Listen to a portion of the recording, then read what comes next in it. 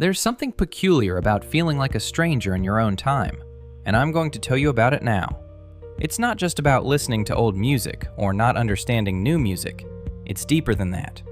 It's waking up every day with the feeling that you are programmed for a different era, as if your inner mysteries don't fit into the present moment. And the most confusing part is that no one taught you to feel this way. It just happened. You might be at a party where everyone seems connected, laughing at the same jokes, vibing with the same things, and you're there, present but absent, as if watching everything through glass. It's not shyness or depression, it's a feeling of displacement, a kind of loneliness that has nothing to do with being alone. You can be surrounded by people and still feel like you're speaking a language no one else understands. Psychology calls this value asynchrony. Your personal values developed along a different trajectory than the dominant cultural narrative. While your generation moves one way, you, for reasons that aren't always clear, took another path. And this doesn't happen by conscious choice. It happened silently, over years, through experiences that uniquely shaped you.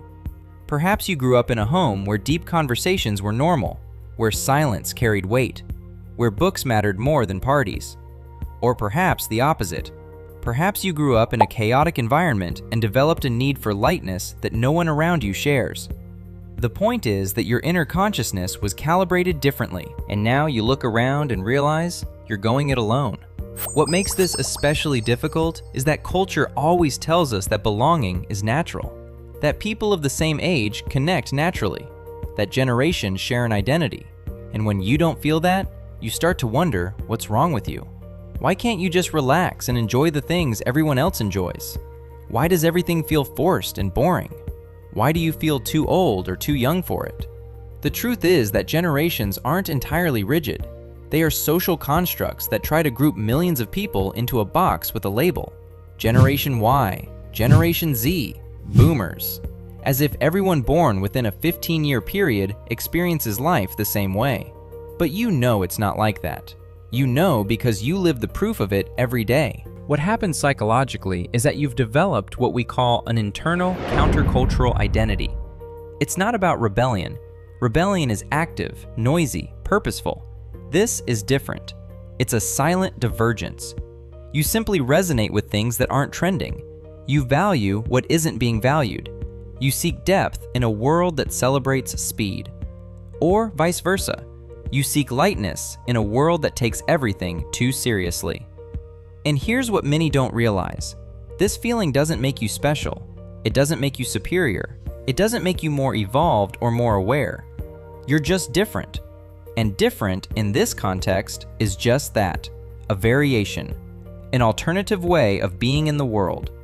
But we live in an era where everyone wants to belong or stand out, and you're in the uncomfortable middle ground, not belonging and not wanting to stand out.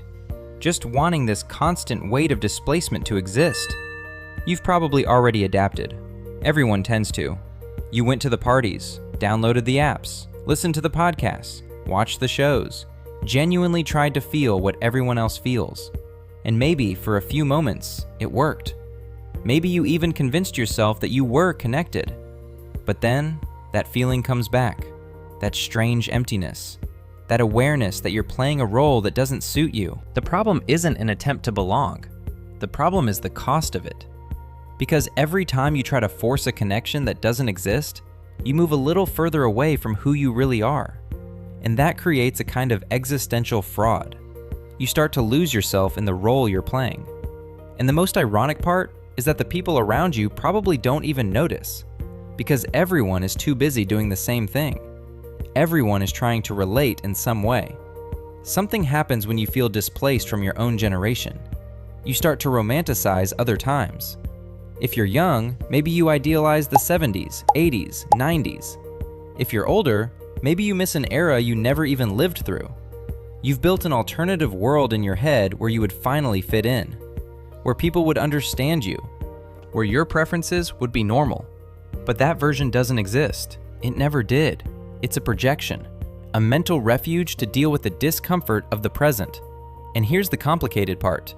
This feeling isn't resolved by changing eras, because it's not about the era. It's about expectation versus internal reality. You could go back in time and would probably feel just as displaced, only for different reasons. Because what you're really looking for isn't a specific time. It's permission to be exactly who you are, without the pressure to explain or justify. But don't worry, this doesn't mean you're destined to feel this way forever. It means that maybe the problem isn't you not fitting in. Maybe the problem is the very idea that fitting in is necessary. Generations are just temporal markers. They don't determine who you should be or how you should feel.